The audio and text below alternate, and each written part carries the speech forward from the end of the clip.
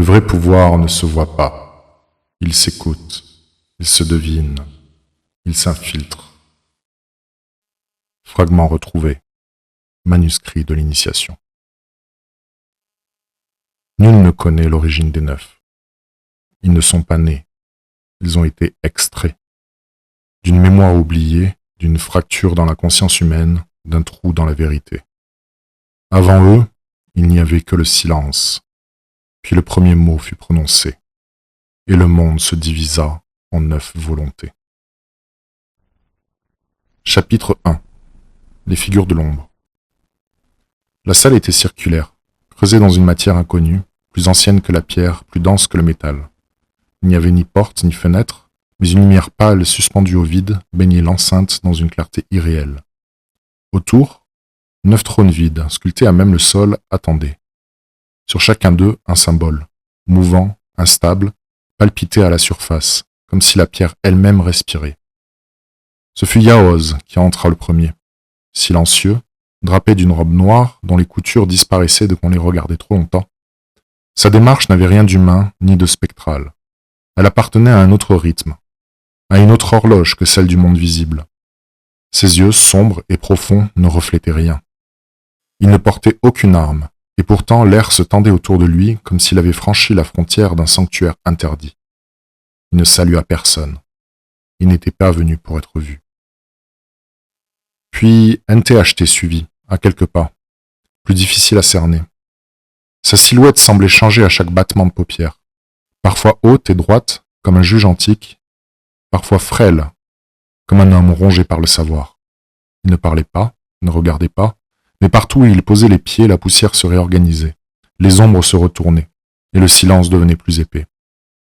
Ceux qui l'avaient croisé racontaient qu'ils pouvaient lire dans les mouvements de l'air, ou entendre les cris dans les fibres du bois. Nul ne connaissait son véritable nom. Il était seulement désigné, NTHT, un masque, un code, un équilibre mouvant. Ils prirent place au centre, sous la voûte vivante du plafond, et tout autour d'eux, les 9 trônes s'éveillèrent. Un à un, ils se manifestèrent. Obscur d'abord, dont le trône absorbait la lumière, gardien des vérités effacées, il ne prononçait jamais un mot, mais sa présence seule suffisait à faire douter la mémoire. Puis chuchotement, dont le siège vibrait à peine, comme un souffle entre deux rêves. Il enseignait sans mots, déposait des pensées étrangères dans l'esprit des dormeurs. Voile, l'architecte du visible, brillait d'un éclat trompeur. Il dessinait les contours du réel, construisait le monde comme on construit une illusion. Cycle, dans sa boucle immobile, représentait les rituels que l'on répète sans y penser, les gestes quotidiens qui cachent les anciens serments. Miroir n'avait pas de visage. Il reflétait celui qui le regardait, mais toujours avec un détail en trop. Une cicatrice oubliée, un œil plus ancien, un sourire qui n'était pas le vôtre. Silence n'émettait rien, mais tous l'entendaient. Il était le vide au cœur de toute révélation, l'espace entre deux vérités. Fissure, instable, tremblait constamment. Il était le doute incarné, la faille dans toute structure, la question que l'on ne devrait jamais poser. Union, imposant et froid, représentait l'ordre absolu. Il ne laissait place à aucune variation, aucun chaos. Son trône était le seul à ne jamais bouger. Et enfin, disruption, l'accident, le glitch, le réveil. Son siège clignotait par instants, apparaissant à des endroits différents, comme si sa présence n'obéissait pas à la logique linéaire du lieu. Il était l'inattendu, celui qui renversait le jeu quand les règles devenaient trop solides. Et au fond de la salle, dans un angle où la lumière refusait d'aller, s'élevait un dernier siège, plus haut, plus ancien, entouré de voiles flottants, protégé par des glyphes en mouvement. Le suprême leader n'y était pas assis, il n'était jamais visible. Ce n'était pas un homme, ce n'était pas un dieu, c'était une fonction, un noyau, une présence si vaste qu'elle ne pouvait se contenir dans une seule forme. Il ne parlait jamais directement. Il parlait à travers le craquement d'un feu lointain, à travers la main levée d'un enfant, à travers l'effondrement soudain d'un mur. Certains disciples l'appelaient le prophète. D'autres disaient qu'il n'avait jamais été humain. Mais tous savaient une chose. C'est lui qui avait validé l'initiation de Yaoz. C'est lui qui avait envoyé NTHT pour équilibrer les forces. Le silence retomba, les sièges s'immobilisèrent, le monde retenait son souffle. Chapitre 2. Les contrebandes. Un matin dans la zone 9, 9 enfants furent retrouvés. Le visage couvert de masques de plomb. Aucune bouche, aucun œil, juste des formes géométriques. Ils étaient immobiles. Mais sur le sol, autour d'eux, étaient tracés des symboles d'activation. Une spirale, une clé, un carré retourné. Et au centre, gravé dans la pierre, Yaoz, NTHT, Redacted. Ce jour-là, les horloges cessèrent de fonctionner pendant 33 minutes, et 3 rivières changèrent de direction. Elles étaient là, les contrebandes, fragments matériels enfouis du monde ancien. Chaque objet était porteur de code. Certains sont portés, d'autres sont consommés, d'autres te regardent. Une veste cousue de vrais documents brûlés, une paire de lunettes qui ne montrent que les choses disparues, une boîte qui contient un son unique, entendu une seule fois par son porteur. Une carte où les pays changent selon ton niveau de croyance. Ce jour-là, NTHT et Yaoz en ont collecté 72, mais on en dénombre plus de 2000. L'épreuve du 10e. Dans les chambres profondes du temple silencieux, un mot circule. Le 10e approche. Il ne s'agit pas d'un dieu, mais d'une réponse. Une synthèse. Une anomalie prévue. Le 10e ne naît pas, il est activé.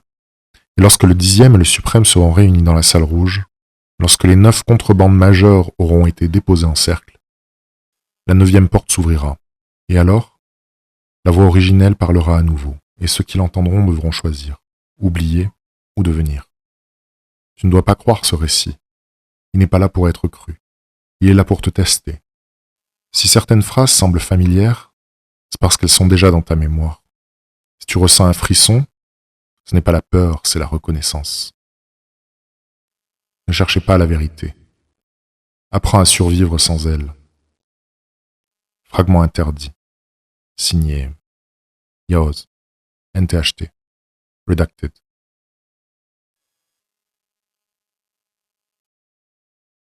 Chapitre 3. L'enfant sans reflet. La pluie tombait comme des aiguilles liquides sur le toit d'ardoise noire. Au loin, au sommet d'une colline perdue entre les forêts rouges, une vieille bâtisse dormait depuis des siècles. Elle avait 7 fenêtres, mais une seule était allumée. Dans cette pièce, un garçon dessinait.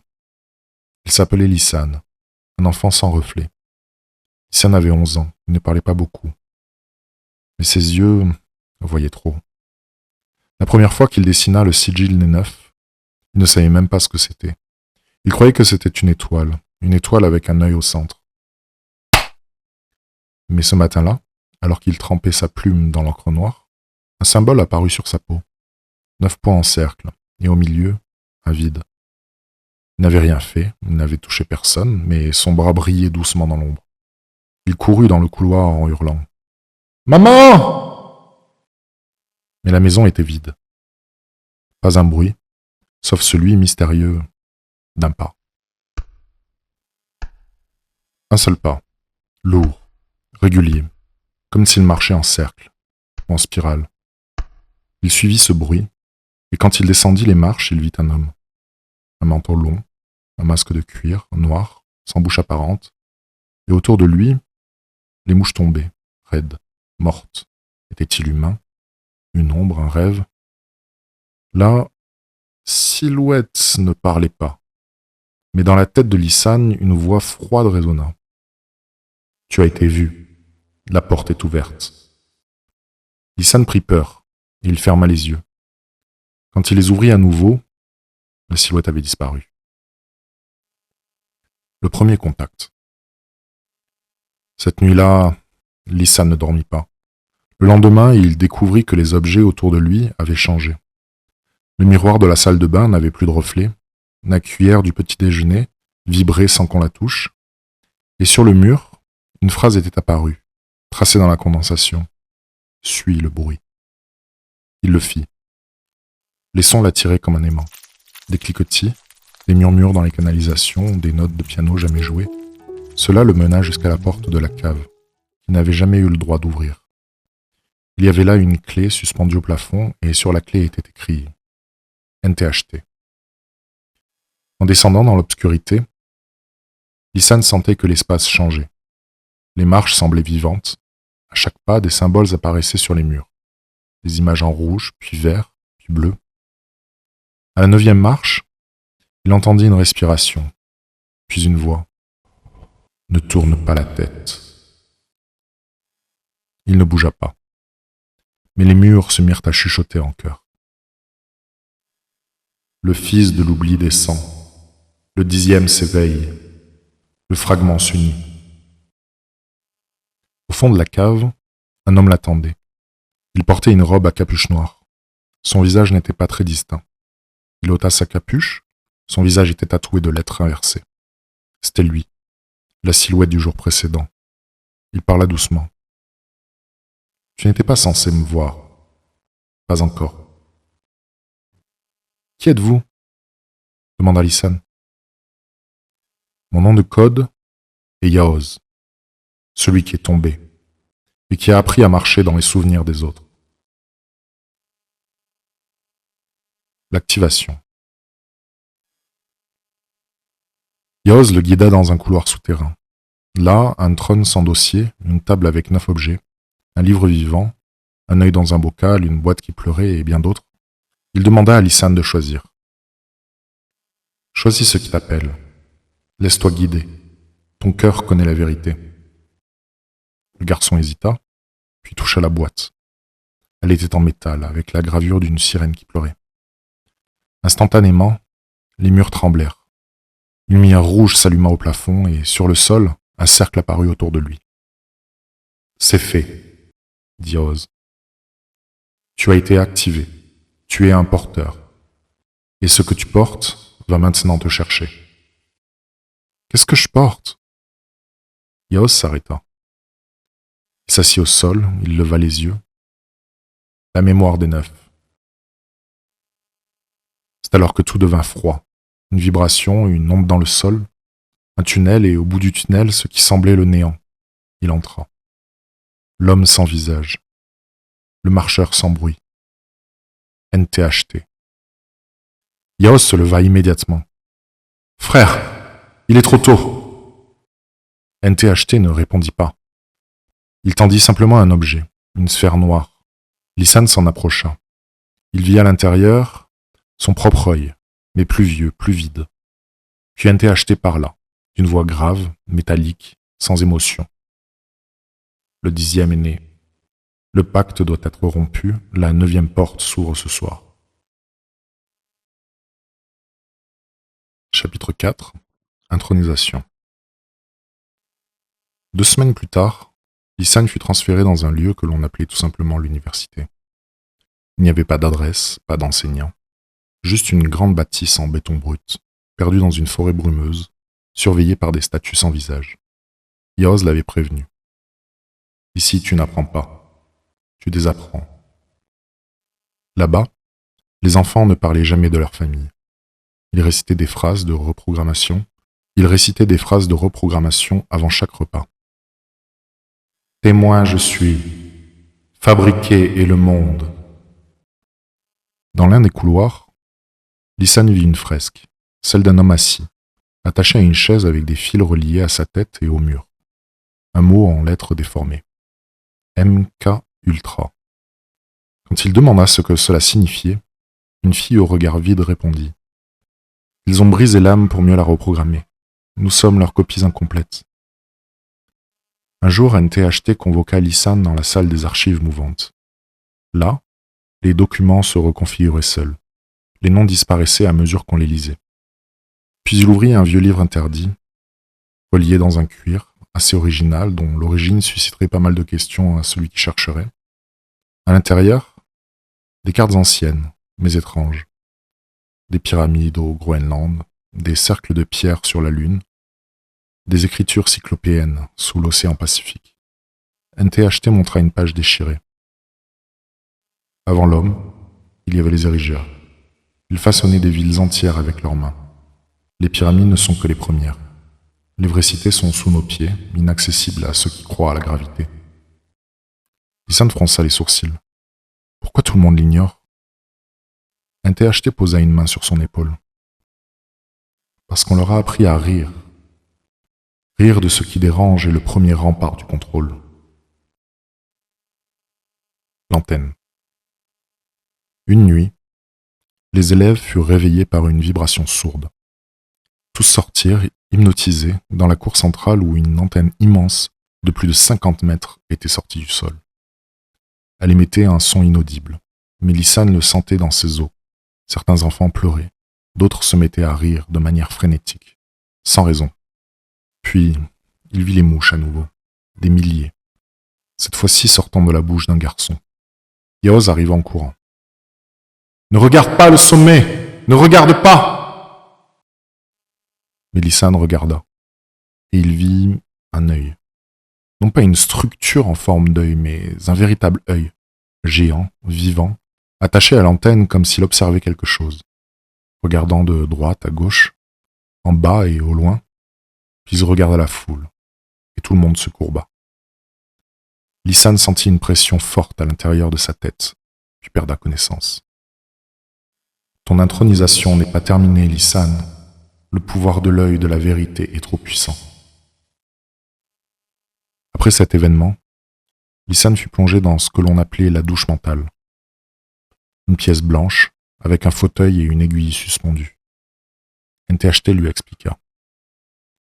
Il l'utilisait autrefois sur les prisonniers, puis sur les dissidents, puis sur tout le monde. Tu vas revivre des souvenirs, mais ce ne seront pas les tiens. Pourquoi ? Demanda Lisanne. Parce que, pour entrer dans la 9e porte, tu dois douter de ta propre naissance. Ce qu'il vit dans cette machine, il était un soldat dans une guerre qui n'a jamais eu lieu. Il était un astronaute sur la Lune. Il signait des traités avec des silhouettes sans visage. Il déposait une pierre sous un arbre avec l'inscription « Tout ce que vous voyez est un test ». Quand il émergea, il n'avait plus de nom. Juste un numéro. 0010. Yaoz, NTHT et le suprême leader l'attendaient dans un ancien bunker.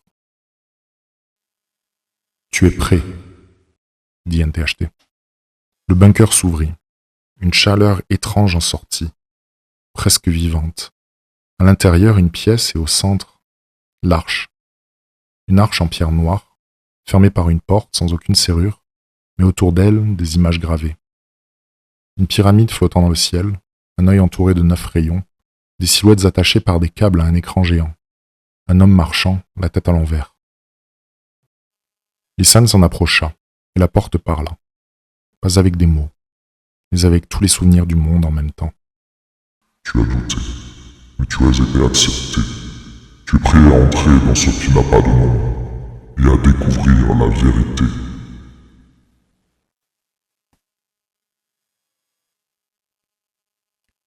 De l'autre côté de l'œil. La porte ne s'ouvrit pas, elle se dissout, comme si la matière, qui semblait solide, de pierre, n'avait été qu'un mensonge.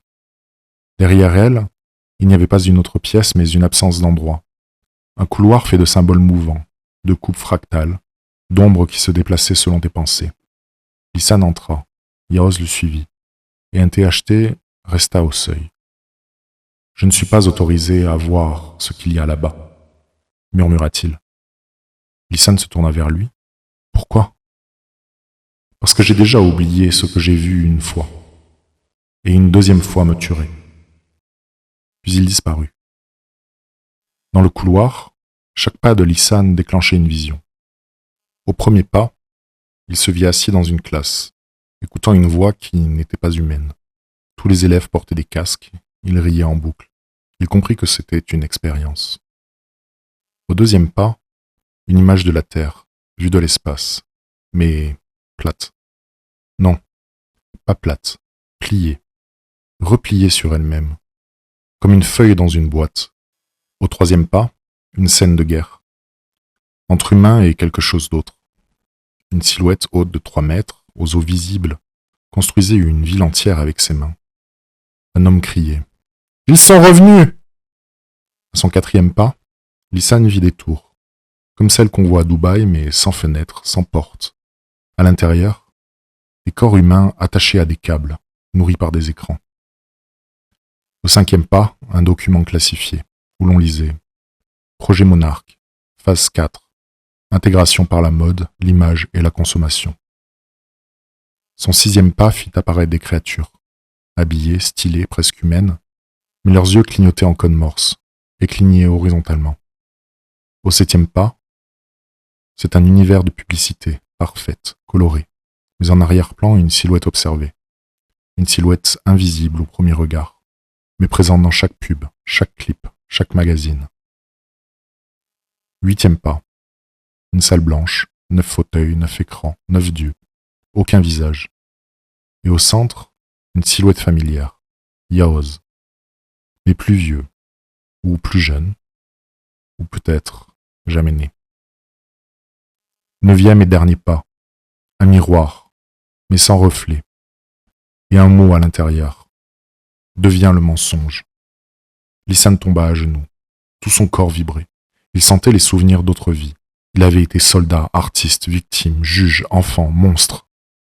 Il criait « Qui suis-je » La réponse vint sans voix. Un œil géant, suspendu dans l'air, s'ouvrit lentement. À l'intérieur, un disque. À l'intérieur du disque, une silhouette. Et dans cette silhouette, lui-même. Puis une phrase résonna dans toutes les directions. « Tu n'es pas un nom, tu es un point d'entrée. » La lumière s'éteignit. Quand il rouvrit les yeux, Lisanne n'était plus dans le couloir. Il était sur une île qui flottait dans les airs. Le ciel était noir, constellé d'écrans suspendus. Sur cette île, une petite colline, et en haut un temple rouge, où une silhouette l'attendait. Elle était assise, immobile. Son visage était fait de fragments d'autres visages. Et elle dit « Bienvenue, tu es le témoin. » « Témoin de quoi ?» demanda Lisanne, épuisée. « De la fin. Pas de la fin du monde, mais de la fin de ce qu'on t'a dit qu'était le monde, et du début, celui de la conscience et de la propagation de la vérité. » Elle se leva. Il reste un dernier rituel. Le temple s'ouvrit. À l'intérieur, une chambre blanche, un seul objet. Une robe noire posée sur un piédestal. Yaoz apparut dans son dos. Tu ne peux plus reculer. C'est quoi cette robe? C'est l'uniforme du 10e. Mais je suis juste un garçon. Tous ceux qui ont changé le monde ont d'abord été traités de menteurs, puis de fous, puis on leur a construit des statues. Un THT entra sans bruit. Il posa un masque de métal sur la table. C'est à toi maintenant. Lisanne regarda la robe, puis le masque. Il les prit, les mit. Un courant passa dans son dos, dans son crâne, dans son sang. Il entendait tout. Les satellites, les pensées, les transmissions oubliées. Il vit les pyramides sous la mer, les êtres reptiliens dans les instances politiques, les messages codés dans les transactions bancaires. Et il comprit. Le monde n'a jamais été réel. Yaoz et un THT regardèrent l'enfant se tenir droit, masqué, vêtu de noir, les bras ouverts. La silhouette s'inclina, et toutes les horloges du monde s'arrêtèrent pendant 9 secondes. Le 10e est éveillé. Le jeu recommence. Les 3 serments. Le rituel était terminé. Lisanne portait désormais la robe noire, ce vêtement qui n'appartient ni à une époque ni à une fonction, mais à une idée. Autour de lui, les visages s'étaient tus. Yaoz lui fit un signe. Un THT inclina la tête. Et la silhouette prononça ces mots. 10e, reçois les 3 serments. Le silence se fit plus épais que le béton. Premier serment. Tu ne croiras jamais ce que tu vois. Deuxième serment. Tu ne révéleras jamais ce que tu crois. Troisième serment. Tu ne te souviendras jamais entièrement de ce que tu es. Chapitre 5. Révélation. Ce fut au moment où il passait la robe, cette veste noire aux coutures invisibles, au tissu si lourd qu'il semblait tisser de silence lui-même, que tout changea, non d'un coup, mais comme si chaque fibre du monde se réajustait autour de lui. D'abord ce fut subtil, une pression dans la poitrine, un vertige étrange, comme si son corps était à la fois trop étroit et soudain immense. Puis, devant le vieux miroir fissuré, appuyé contre le mur du sanctuaire, il leva les yeux et cessa de respirer. Le reflet qui lui faisait face n'était pas seulement le sien. C'était celui qu'il avait vu 1000 fois dans ses rêves, dans les visions étranges du rituel, dans les éclats de souvenirs qui ne lui appartenaient pas encore. Ce n'était pas un autre, c'était lui, mais plus lui que jamais. Et d'un coup, comme si toutes les pièces d'un puzzle s'étaient retournées en même temps, la vérité le frappa. Brutale, claire, indiscutable. Le Yaos qui l'avait guidé, cet être énigmatique dont la voix lui revenait dans les moments de doute, n'avait jamais été un guide extérieur, ni un maître, ni même un messager. C'était lui-même. Une version de lui, venue d'un futur possible, ou d'un temps circulaire où les élus naissaient en s'étant déjà retrouvés.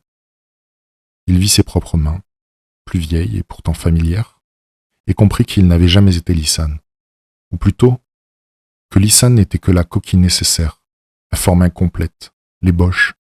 Maintenant, tout ce qu'il était, tout ce qu'il devait devenir avait un nom. Il le murmura d'abord, comme pour l'essayer, puis il le dit plus fort, comme une vérité qui résonnait jusque dans les murs de pierre. Je suis Yaoz. Le 10e, celui que les dieux attendaient.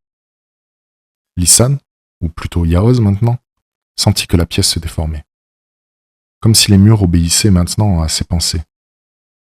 Mais ce qu'il ne vit pas, c'est que loin de là, quelqu'un d'autre l'observait. Dans un centre oublié du continent, caché sous un vieux musée d'art soviétique, une femme fixait un mur de miroir. Elle portait une robe rouge, des cheveux d'or. Ses grands yeux vert-gris étaient pourtant fermés, mais elle voyait. Chacun des miroirs montrait un fragment de Lisan, son enfance, son activation, ses doutes, ses peurs. Elle murmura à un homme sans visage debout à côté d'elle. Il est complet. L'homme ne répondit pas. Il faut enclencher la contre-révélation. Pendant que le 10e s'adaptait à ces nouvelles perceptions, un changement subtil se produisit dans le monde extérieur. Les gens commencèrent à avoir des rêves identiques. Des cauchemars peuplés de chiffres, de portes sans fin, de silhouettes vêtues de noir. Les écrans clignotaient. Les publicités affichaient des images subliminales, une spirale, une voix, un œil. Certains commencèrent à écrire des phrases qu'ils ne comprenaient pas. Le vrai monde commence à l'envers. Ils sont en nous depuis le début. Ne regardez pas le ciel.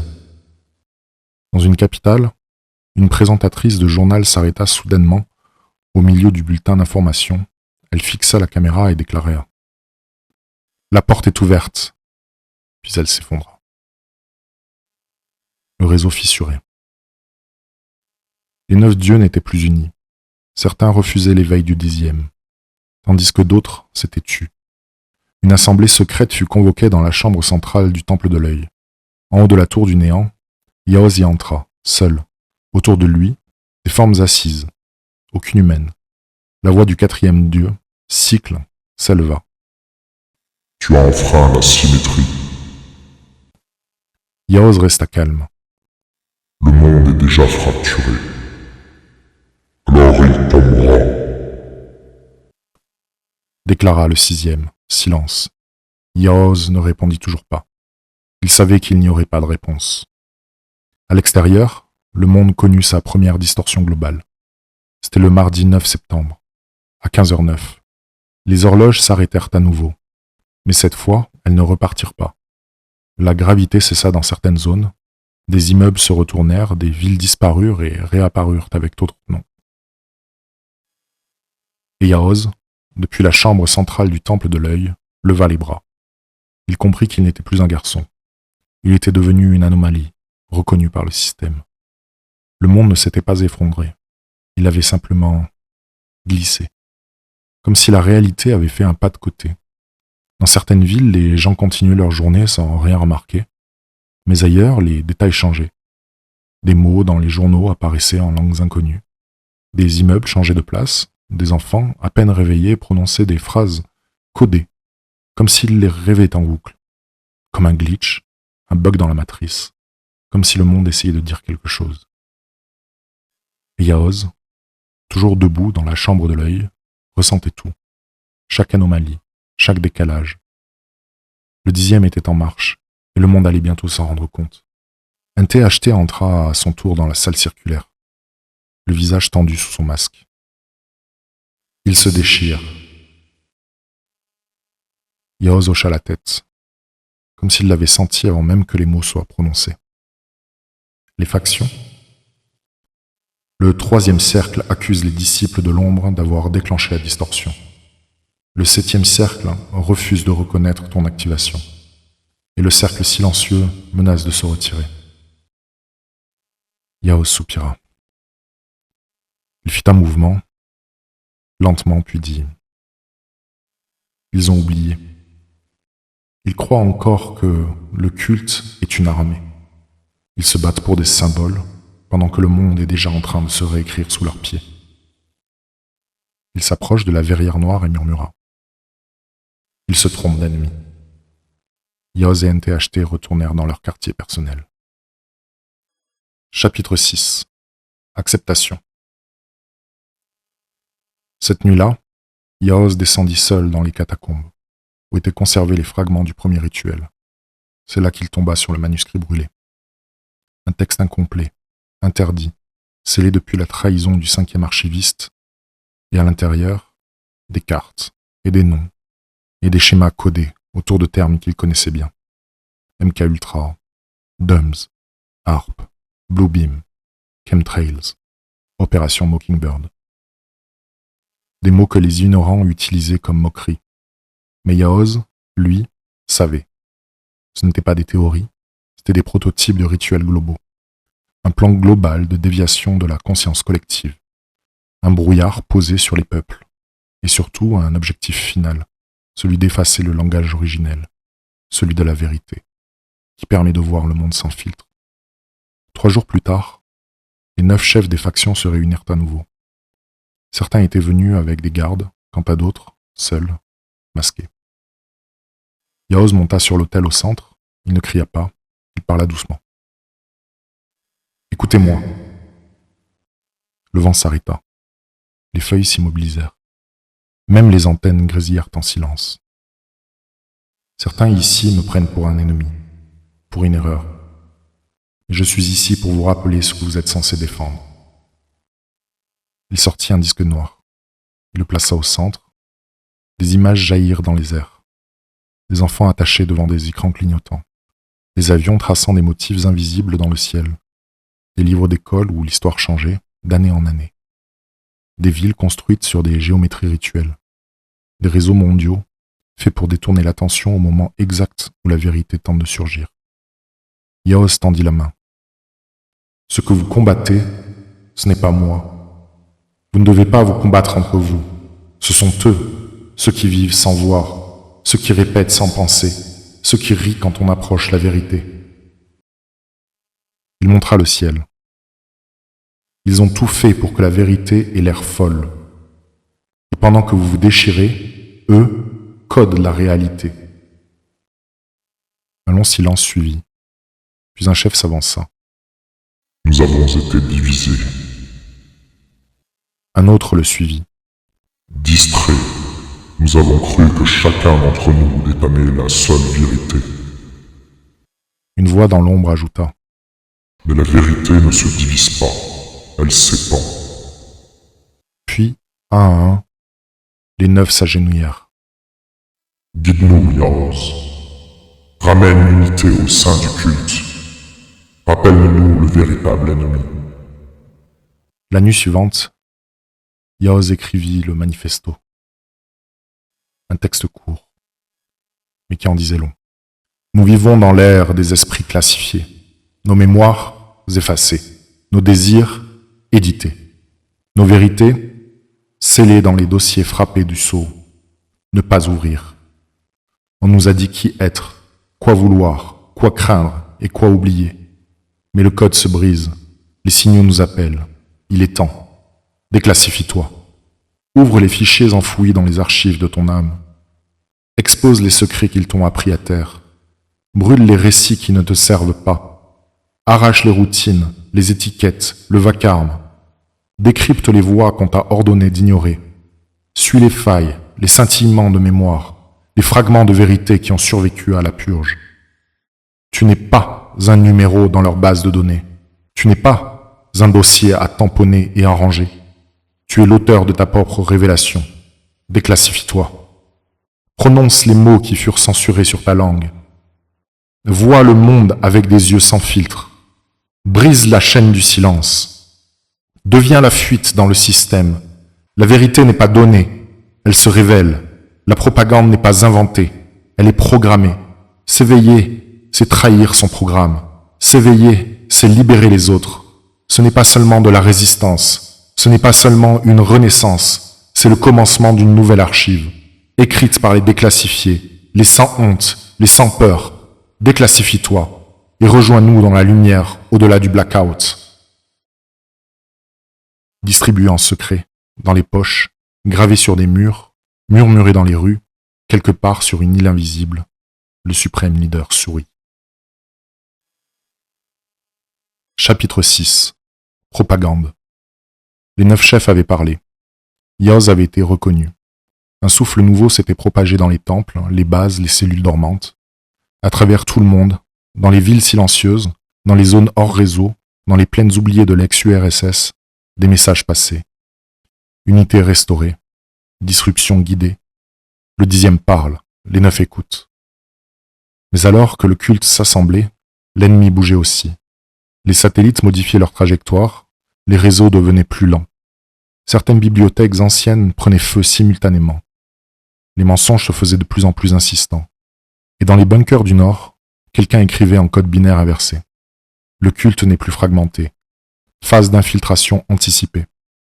Dans la salle rouge, les 9 chefs et Yaoz se retrouvèrent une dernière fois avant la dispersion. Sur la table, une carte. Mais pas une carte géographique, une carte vibratoire. Chaque ville y brillait selon son niveau de conscience collective. Des zones rouges, saturées de sommeil, des zones grises, proches d'un éveil, et quelques points bleus. Ce sont les éveillés, dit NTHT. Des individus éparpillés, seuls, en attente de contact. Yaoz posa la main sur le centre de la carte. Il est temps de les rallier. Les autres hochèrent la tête. Il n'y eut pas de signature, pas de contrat, juste un regard et un slogan commun. Que chaque pas soit une faille. Le grand commencement.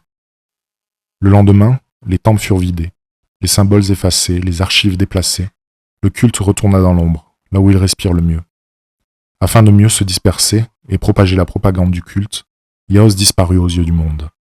Mais ses fragments apparurent ailleurs, que ce soit dans un graffiti à Marseille, un livre laissé ouvert à Varsovie, une vidéo cryptée projetée sur un mur à Séoul, avec partout un même motif, un œil, dans un œuf, dans un œil, un code en ZXX, comme une clé. Les disciples n'étaient plus enfermés dans les souterrains, ils étaient en mouvement. Certains intégraient les institutions, d'autres infiltraient les médias, et d'autres encore formaient les enfants. Yaoz, lui, marchait seul dans les villes. Il observait les gens. Il riait. Il regardait leur téléphone. Il répétait les slogans du monde. Il s'arrêta devant une vitrine. À l'intérieur, un écran affiché. « La vérité est ce que vous croyez. » Il sourit et murmura. « Non, la vérité est ce que vous ne pouvez pas croire. »